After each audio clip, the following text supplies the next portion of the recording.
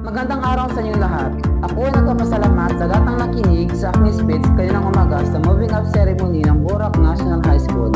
For more videos, panoorin niyo na lang ang karugtong ng video nito. Once again, congratulations completers. Muli sa puntong ito, lubos namin kinalulugod ang pagdalo ng ating panauhing pantangal na ipakikilala ni Ginoong Arnold Blanco.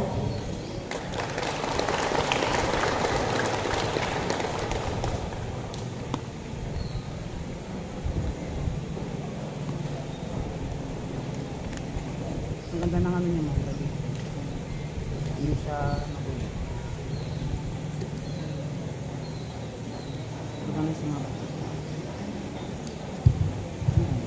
Good morning, everyone, especially to our school division superintendent, Ma'am LCT Barrios, to be represented by Ma'am Leia G. Libara, to our public school district supervisor, Ma'am Nita Tihada, to our school head, Ma'am Rosalie S. Pascual, to all barangay officials, headed by our barangay captain, Rodolfo R. Correa, to all PTA officials, headed by our PTA President, Ilamarquis B. Dizon, fellow teachers, parents, guests, completers, friends, ladies and gentlemen, once again, good morning.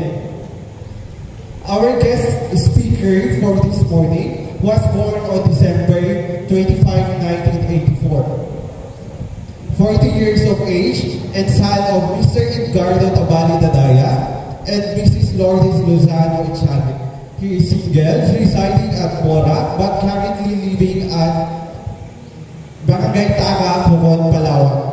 With regards to his educational attainment, he graduated his elementary education at Borac Elementary School year 1998. He also graduated his secondary education at Borac National High School year 2002. During his college education, he studied at Palawan State University, Coron, and taken up Bachelor of Elementary Education, major in English year 2006.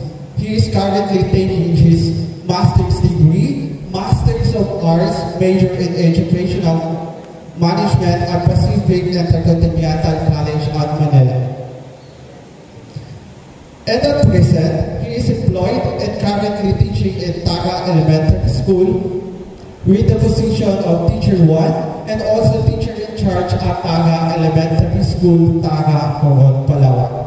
Ladies and gentlemen, I'm proud to present to you our very own product of Borac National High School, no other than Sir Christopher Echave Dadaya. Please let's give her a round of applause.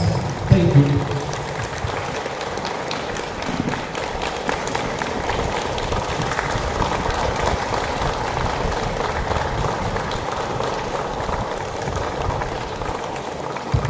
Thank you so much for the wonderful introduction. Completers, tumingin sa mga magulang. Itaas ang kamay at ikaway. Ang paglingon sa magulang ay isang pagbalik tanaw sa kanilang mga sakripisyo para sa inyong pag-aaral at ang pagkaway naman ay tanda ng pagmamahal sa inyong mga magulang. And now, you may take your seats.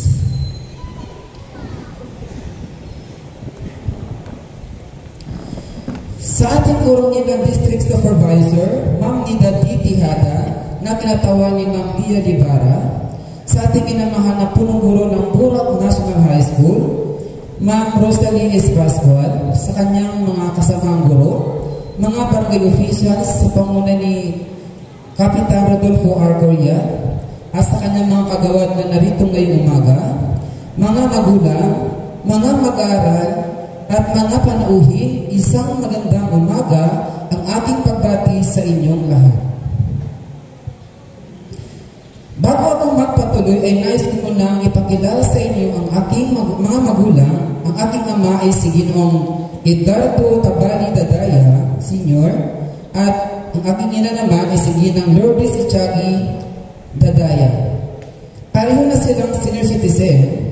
Panglima ako sa 10 magkakapatid. Ang aking ama ay isang magsasaka lamang. Dahil hindi nakapag-aral, tanging pagtatanim ng palay at trabahong bukid ang kanyang alam, na aming itinabubuhay at ang aking ina naman ay nasa bahay lamang. Nag-alaga ng 10 niyang mga anak. Sa hirap ng buhay ay patuloy pa rin ang kanyang pagsisikap na abutin ang aming mga pangarap, na ang lagang sinasambit ay ang katagang, mga anak, mag-aral kayo mabuti dahil yan lamang ang kayamanang aming maipapamanas sa inyo. Sa pamamagitan ng sipag at tiyaga ng aming magulang at sa awa ng Panginoong Diyos, kami ay nakapagtapos ng aming pag-aaral. Ang aming panganay na si Arnold E. Dadaya ay nagtapos ng Electrical Engineering sa Western Polytechnic College University sa Aborlan at naging OFW sa Japan. At ang ating ate naman si Marjorie E. Dadaya ay nagtapos ng Bachelor of Elementary Education sa PSU at naging dating OFW sa Dubai, UAE. At si Kuya Sir Dadaya ay nagtapos ng sekundarya dito rin sa Borac National High School. Si Edgardo E. Dadaya naman ay undergraduate ng Bachelor of Elementary Education, PSU Coron. At ang inyong lingkod ay nagtapos ng Bachelor of Elementary Education sa PSU Coron, major in English. At si Margit E. Dadaya ay nagtapos ng Bachelor of Hospitality Management sa PSU Coron. At si Marjorie E. Dadaya ay nagtapos ng Bachelor of Secondary Education, major in Social Studies sa Fulbright College, Puerto Princesa City. Kasalukuyan nagtuturo sa Forest School of Fisheries. At si Galong E. Dadaya ay nagtapos ng Bachelor of Secondary Education, major in Social Studies sa Fulbright College, Puerto Princesa City. At ako ay naging proud sa aking mga kapatid na naging estudyante ko noong ako ay nagtuturo sa Borac Elementary School, na ngayon ay katulad ko na silang licensed professional teachers na sila ay sina Dennis E. Dadaya, nagtapos ng Bachelor of Elementary Education, PSU Coron, Paso 2022, at pumasok sa boarding examination for teachers noong September 28, 2002. At kasalukuyang nagtuturo sa Barisungan Elementary School. At yung aming bunso naman ay si Mark James Ichagi Dadaya, ay nagtapos ng Bachelor of Secondary Education, major in English, sa PSU Coron, Batch 2023. Siya ay naging Young Education Association President sa PSU Coron Campus. Pumasa sa board examination for teachers noong March 10, 2023. Siya ay kasalukuyang professor sa PSU Coron at advisor ng Secondary Education Department at madalas ninyong nakapanood sa mga hosting ng iba't ibang event dahil sa kanyang husay sa public speaking. Patunay lamang na hindi hadlang ang kahirapan sa pag-abot ng ating mga pangarap, na kung saan ang bawat isa ay may kanya-kanyang kwento sa likod ng bawat tagumpay na tinatamasa. Sa kabila ng kabayanihan ginawa ng aming mga magulang, ay masakit na sa aming kalooban na sila ay nilalait at hinahamak ng ibang tao na sinasabiang bugbog at walang pinag-aralan. At sa mga nakarang linggo ay nabalitaan ko na sila ay sinisigaw-sigawan lamang ng mga kung sino na hindi malamas ang dahilan. Isa yan sa mga dahilan kung bakit kami ay nagsumikap ng kapag-aral at nakatapos. Ito ay upang irespeto ng ating kapwa na kahit kami ay isang mahirap lamang.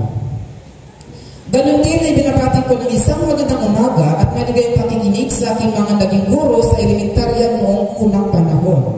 Grade 1 teacher ko po ay si Ginang Fidelita E. Pascual. Nasa kanya ako na-inspire maging isang guro dahil ako ay palagi niyang tinatawag sa unahan para magpabasa sa aking mga klase na nahirap na bumasa. Ang aking grade 2 teacher naman ay si Ginoong Pedro T. Guzman, siya po ay sumakabilang buhay na. At ang aking grade 3 teacher naman ay si Ginoong Leticia Tagata. Ang aking grade 4 teacher ay si Ginoong Constantino Tagata, siya po ay sumakabilang buhay na rin. At ang aking grade 5 teacher ay si Ginang Carolina Pamado.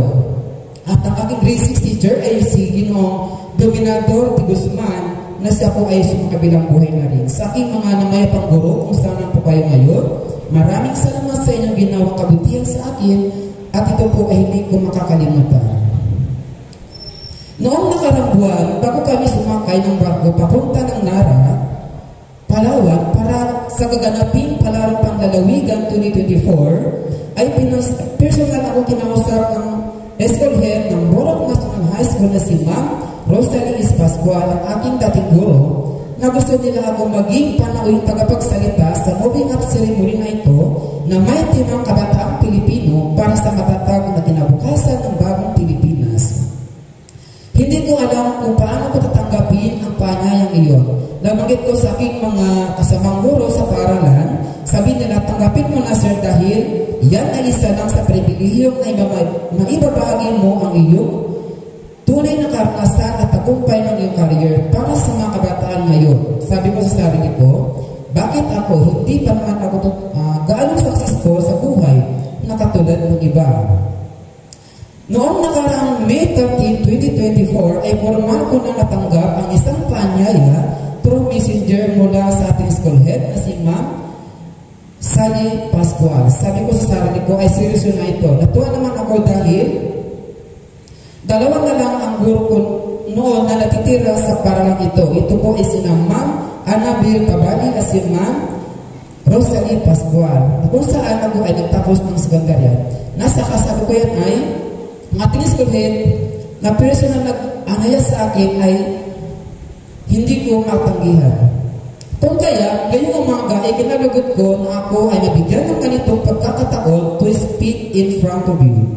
Habang nabala ko sa year-end report sa aking advisory class at sa aming graduation mamayang hapon, alas 4 ng hapon, at ako rin ang natasang tagapadaloy ng palatuntunan mamaya, so kayo po ay akong inimbitahan na dumaro doon sa aming paaralan. And I hope to see you there.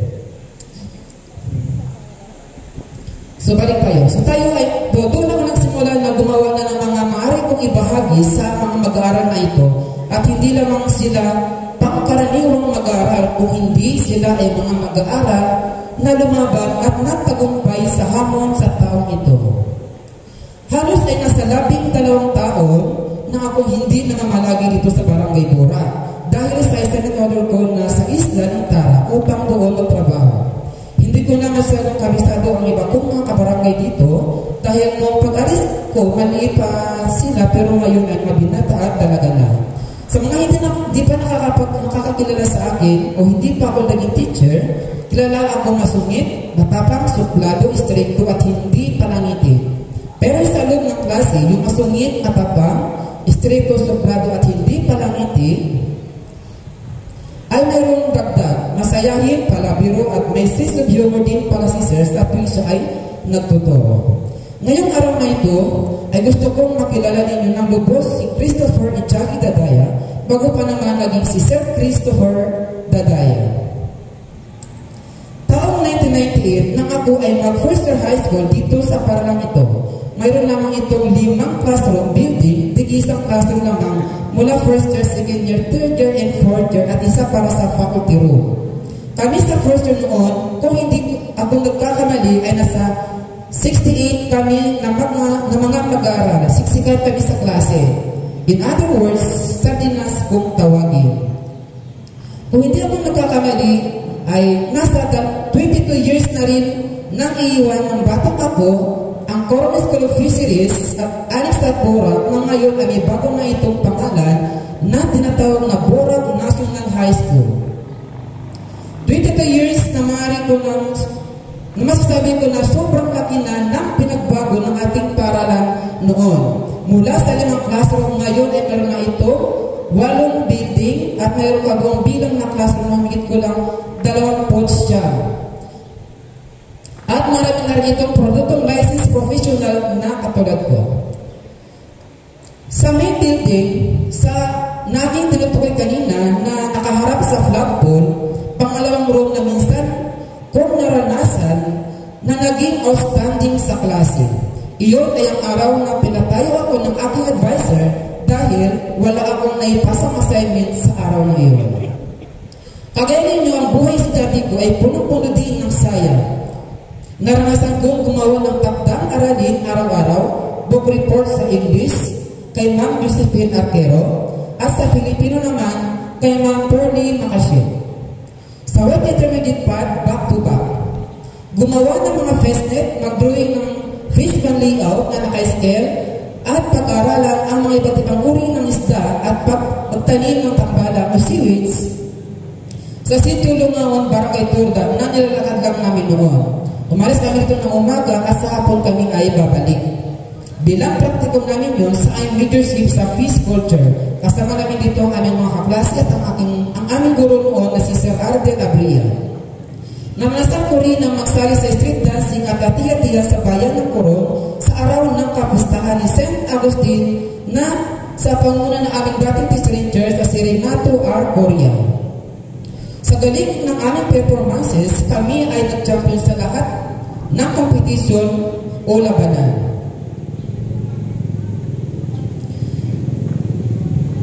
Ganon din ang magbilas sa araw habang training sa AD at magmadali sa flag ceremony dahil baka masaraduan ako ng game o kaya kapag malit kang ikaw ang magugumpas ng lupang hinirang at mapapanatang makabayan. Naranasan ko rin na magsuot ng sapatos ng topsider na bigay ng aking kapitbahay. Nasa tatlong araw ko palang nasuot ay natuklap na ang spike nito sa harap ng aking mga kaklase habang ako ay naglalakad at tinalyan ko na lang ito ng alambre ng aking notebook habang pinagtatawanan ako ng aking mga kaklase. Pati ng bangkay sa gate. Magsuot na ako kayo na damit na bigay ng ninong ko na hindi ko maintindihan sa sobrang luluwang makapasok lang sa eskwela. Sa bagay ko ng bahay, madalas ay isinusulat ko na lang ang mga pangbubuling ng aking mga klase sa para dahil sa kahirapan ng buhay at kapag nasulat ko na ang lahat ay maloob na sa aking kalooban at ako ay nakakatulog na ng mahimbing. Sumula sa namin tungkol sa aking mga karanasan ay mayroong masaya at mayroong malungkot dahil doon ang pagtitiis sa kahirapan ng buhay ay masasabi ko na kinakatawan ko ang mga karanasan ng mga ordinaryong mag-aaral, lalong-lalo na ang mga mag-aaral na mahirap na katulad kong sumisikap upang makamit lamang ang unting pangarap. Hindi matalino pero makaka-recite, hindi nakaka-perfect sa exam pero pasado ang score, makulit at reasonable pero masipag mag-aral at sumusunod sa mga magulang at mga guro. Now, may I ask you, dear completers, are you ready to go and face the challenges? What's your answer? So yung iba will say yes, ang iba naman will say no. So before that, I will give you some reminders to our computers. So first, do not put your stuff on your bags alone. To this generation are more delicious and teenagers are now mature compared to us before. So, mga sensitive na yung ating mga mag-aral ngayon. So ano gawin natin? So stay connected with your parents, friends, and positive people. Then next, use social media and moderation. Hindi puro tayo self-made and post sa social media kasi minsan doon tayo napapahama. Then the third one, respect and obey your parents. Then do not compare your life to others and do not judge them. You have no idea what their journeys is all about. And also sa ating mga magulang, bigyan natin ng suporta ang mga mag-aaral na may potensyal makatapos sapagkat kapag sila ay nakapagtapos at nakapagtrabaho na, tanda natin na ang unang niya tutulungan ay ang kanyang mga kapatid at mga magulang. So laging i-monitor ang kanilang pag-aaral at alamin ang background ng kanilang mga kaibigan at alamin din ang guro o tagapayo sa klase ang performance ng inyong mga mag-aaral. Then laging i-check ang grades ng bata sa paralan. March 21, 2002, nang ako ay nagtapos ng elementarya, sa isip ko, suntok sa buwan bago ang ginawa ko dahil nahirapan ako ng high school, paano na lang kaya sa college. Kaya lang naipangako ko sa aking sarili na tatapusin ko ang aking pag-aaral hanggang college. Bagamat gusto kong maging isang guro dahil ang sabi ng nanay ko, mag-teacher ka, Chris, para ito ka magturo sa baryo natin malapit sa amin dahil pagdating ng panahon kami ay matatanda na ng tatay mo. Sabi ko, sige nay, subukan ko kung hanggang saan ang aking makakaya. Noong ako ay require sa PSU, mataas ang kanilang standard at qualification. Kapag hindi ka pumasa sa entrance exam, hindi ka pwedeng kumuha ng education courses o i-offer ka nila sa ibang course ay hindi mo rin gusto. Iyan ang nangyari sa iba kong mga kabats. Gusto kong magkaroon ng license in the future. A week after graduation ay nag-take ako ng entrance exam sa PSU Coron. Awan ng Diyos ay bumasa ako.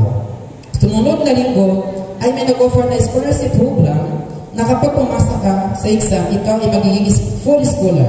Awan ng Diyos, pumasa naman ako sa scholarship na sponsor ni former Congressman Sandoval. Malaki na itulong ito sa akin, ang scholarship na yun. Marahil kung hindi ako scholar, ay hindi rin ako makapag-aral. Ang coverage ng scholarship ko noon ay full tuition fees and miscellaneous fees, so allowance na lang ang aking iisipin. Pag-uwi ko dito sa baryo ng Bulag, ibinarito kaagad sa aking mga magulang na pumasa ako sa scholarship. Tuwang-tuwa naman sila. Sabi ko, scholar ako, Nay. Although financially sufficient ako, basta sabi ko, nakaitol ako at bawat taon ay pumapasa ako sa lahat ng subjects. June 15, 2002, ako ay first year na sa course of Bachelor of Elementary Education, Major English. Tuwing enrollment, every semester, ako ay kinakabahan na baka mayroon akong bagsak na subject na magiging dahilan para hindi ako maka-enroll by next semester o by next year o kaya makagraduate sa aking course. Mabuti lang naman ng Diyos ay pasado rin lahat. Kami ay unang batch na nilipat ang PSU Coron sa Sitio de Pulau na may kalayuan sa kabayanan. Mula sa barracks ng PNP na pansamantalang ginagamit ng PSU noon, isang building pa lamang ang nilipatan namin sa Pulau na may 5 kwarto o classroom. Since ako ay regular student, fulod, maghapon hanggang alas 10 ng gabi ang aking klase, walang ilaw, walang mabilihan ng pagkain at mahirap ang tricycle noon sa PSU. Bilang estudyante, ang kain ko umaga at gabi lang, then since mahirap ang sasakyan, kami ay lumalakad hanggang bayan. Hindi pa yung simentado ang kasada, kaputik kapag tagulan at malikab naman kapag tag-init. Sa tuwing ako ay bababa ng bayan, upang mag-aral, ang aking baon ay 100 pesos sa isang linggo. Kailangan kong bawasin ang 20 pesos na pamasay papuntang bayan at 20 pesos din pabalik ng Barangay Burak. So 60 pesos na lang ang natitira, babawasin ko pa ang 42 pesos na pamasay sa school papuntang PSU. So meron na akong 28 pesos na yan dyan kung nakukunin ang aking pakulang sa loob ng isang linggo. Kung kaya kinakailangan kong pagkasahin ang isang sardinas sa umaga, tanghali at gabi.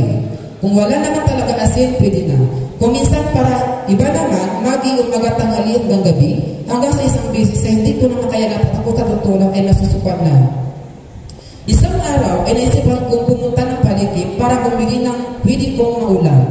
Akala mo naman na may mabili rin talaga. Dahil ang gala ko ay 3 pesos, so saan abot ang 3 pesos na yan? Tingin-tingin din ako, at ayong 2 pirasong kamatis ang aking nabiling ulam. Pagdating sa bahay, iwa-iwain ko sa talagyan ng tubig at asin, ulam ko na yun.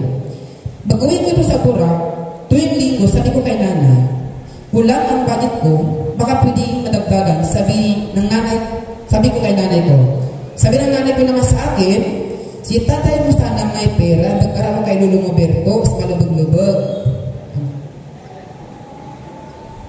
Kahapon. Kaso lang, kailangang ibigin ang gatas ng mga kapatid mo. So yung mga kapatid ko that time ay si Carlos Casirenix. Then, so anong magagawa ko? So para rin akong namusisa sa tanong ko na yun. Sabi ko, wala ba talaga akong maulang ganyan? Sinabi ko sa kanya mga time ngayon. Sabi niya, ganito lang gawin mo. Pwede ka naman magbigay ng dose down na, ano kaya yun? Lato. So na-alternate na naman siya.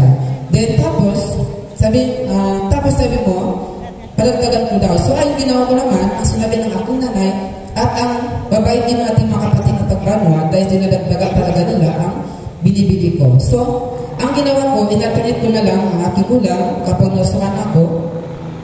Sa Magya Sardinas, i-buy ko naman. Ganun lang kasi ang aking lifestyle dati. Walang kaarte-arte. May arte pa ba?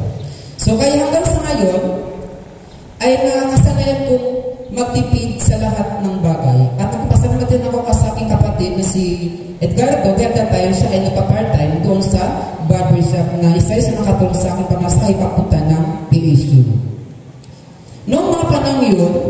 ako ay nag-boarding kila Auntie Linda Echari.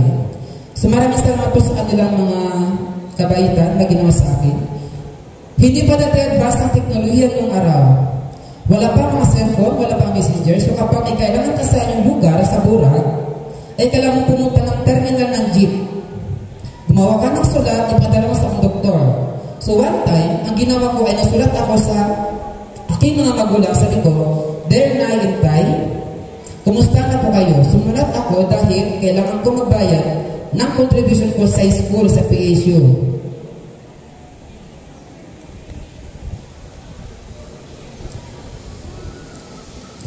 Dahil kailangan ko magbayad, then abangan ko na lang bukas sa terminal. Thanks sa inyong anak, Christopher. So kinabukasan na ginawa ko, pumunta ako ng terminal para alamin kung ano ang naging response ng aking sulat.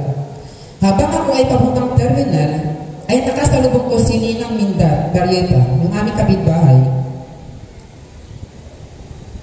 Siya ang aming, sabi ko sa kanya, "Ninang, may padala kaya sila nanay na pira sa akin?" Kasi sabi ko, kasi ako babayad na sa PSU mamaya, ay bukas pala ng umaga. Sabi niya sa akin, "Aroy, sinanay mo talaga. Galit ang urong sa palengke. Hindi mabakal ang sa basket ng udban. Nadan, paiwan urap pa ang pupuron. Pero malagat, pangitan po dyan mabakal." Naintindihan po natin? Opo, sige. So nabas ako sa effort ng aking nanay. At yun ay binigyan niya ako ng 150 pesos. Sabi niya, kunin niya lang daw doon sa kanyang bayad pag naibigta niya na yung udban na yan. Kaya lang, hindi ko na nalaman kung ano lang ang resolve niya, kung nabili ba o hindi. Mahalaga ang bawat piso sa akin dahil ang mga panahon na iyon ay hindi lang ako ang pinapaaral ng aming mga magulang, kundi lahat kami. Kaya sabay-sabay ang gastusan mula elementarya hanggang college. Walang talaga ang budget ng isang magsasaka lamang.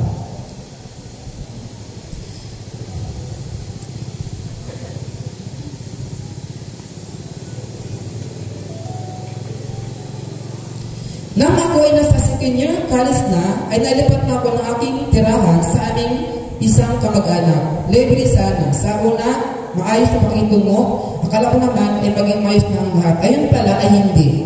Palagi na lang siya nagagalit sa akin na hindi ko naman alam. Palagi siya nagagalit ni halos hindi na ako makakain. Pero tinis ko ang lahat ng iyon hanggang minsan ay nagutom na ako at kumain na lang ako patago. Galing ako kasi sa school. So binuksan niya yung caldero routine at sinabi sa akin ko, "Sino yung kumain ng kanin?" Sabi ko naman ay bukas na gutom na ako. Kasi nakapagpases ko ng time na yun.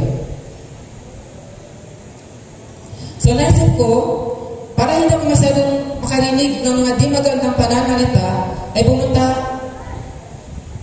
doon naman ako sa isa kong kamag-anak. Kuminsan, doon ako natutulog kung may space na matutulugan. Kahit sa semento na lang. Ang importante ay makakain ako. Dahil hindi naman talaga nila ako priority na patulugin sa bahay nila. Ako na naman talaga ang pumipilit. Napansin ko rin na hindi rin makalayo ang kanilang mga ugali. Kaya ang ginawa ko na lang, mayroon akong shoulder bag. Dinadala ko araw-araw sa klase, sa PSU, na ang mga laman nito ay kumot at bihisan. One time napansin ng aking mga klase, sabi niya na sa akin, "Chris, ano bang laman ng bag na yan? Bakit lagi mo niyang dala-dala sa school?" So sabi ko lang sa kanila, mga libro, kasi ako ay nagre-review. Pero wala rin na talaga akong librong nagagamit sa school. Palusot ko na lang yun. So ako ay parang isang ibong ligaw na kung saan na lang gabihin ay doon matutulog na lang. Sa mga panahon yun, ay naging gamit na ako sa mga kahirapan ng buhay. Wala na akong ibang isipin kundi ang makagraduate at maging isang guro.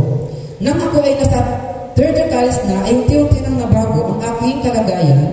Mayroon na akong boarding house dahil sa sipag at tiyaga at para makatulungan ang aming pamilya, ay nag-ibang bansa ang kuya namin na pangalan na si Arnold at ang aking ate naman na si Marjorie. So meron tumutulong sa aming mga gastusin sa school hanggang ako ay makagraduate na ng college noong April 10, 2006. Pagka-graduate ko sa college, ako ay naging para teacher dito sa Borac Elementary School under the provincial funded. Nagtrabaho ako sa LGU Coron through the recommendation of Ma'am Ann Parma Ponsidilio at ako ay nag-hire bilang admin officer ng Bantay Coron program under the office of the Mayor Claras Espiritu Reyes. Kami ang natasang patupad ng mga appropriate rules and regulations ng munisipyo katuwang ang mga concerned agencies. Isa kami sa mga nag-apprehend ng mga LGBT violators, illegal activities tulad ng illegal fishing, illegal logging at iba pa. Nag-check ng mga business permit sa lahat ng business establishments sa buong Coron. Kasama ang mga concerned agencies tulad ng Coast Guard, PNP and other law enforcers. Isa rin kami sa gumagawa ng report, na spot report na nag-issue rin kami ng mga cease and desist order. Sa mga panahon yun, ako ay natutuwa dahil malaki ang aking natutunan sa aking naranasan sa mga trabaho sa opisina na nagagaling ko hanggang sa kasalukuyan. After 3 months, po bilang job order sa aking opisina, ako ay naging contractor na ibig sabihin nito ay medyo lumaki kunti ang aking sahod kumpara sa job order. May mga pagkataon sa mga katrabaho ko na kahit kaganda ang iyong performance na pinapakita ay may masasabi at masasabi pa rin. Subalit ako ay naniniwala sa kasabihan ang paggawa ng mabuti sa kapwa ay hindi kailanman magtutulot ng masama. And do not stress. Sa anumang sitwasyon ay mahirap idipinsan kung alam mong mali ang iyong naging simula. April 2016, ako ay nag-apply sa DepEd at noong June 30, 2016, ako ay na-in sa DepEd at ngayon I am thankful to God that ako ay nakakatulong na rin sa aking mga kapatid. Thankful din ako sa aking mga kapatid dahil at sila ay nakapagtapos na. Pagkatutunin ko ang mga ito dahil gusto ko base sa aking mga karanasan ay maging daan ito upang ipagpatuloy mo ang iyong pangarap o kaya kung hindi man, simulan mo na ang iyong pangarap dahil ang pangarap na walang gawa ay isang panaginip. Totoo na hindi magiging sukatan ang mga numero sa card upang abutin ang pangarap. Subalit, maaari mo itong gamitin upang abutin ang iyong pangarap para mapalapit ka sa iyong inaasam na tagumpay. Sa aking buhay, masasabi ko bang matagumpay na ako, walang sasakyan, walang malaking pera? Ang sagot ko ay oo. Dahil ako si Krista Daya na naging guro ng ilan dito na naging gabay ng aking mga mag-aaral. Kayo ang buhay na patotoo na nagampanan ko ng maayos ang aking tungkulin sa buhay. Muli, ako si Chris nagpapaalam hanggang sa muli natin pagkikita na may daladala kayong isa pang armas, ang isa pa ninyong diploma. Maraming salamat sa inyong pakikinig at muli, congratulations completers, Batch 2023-2024.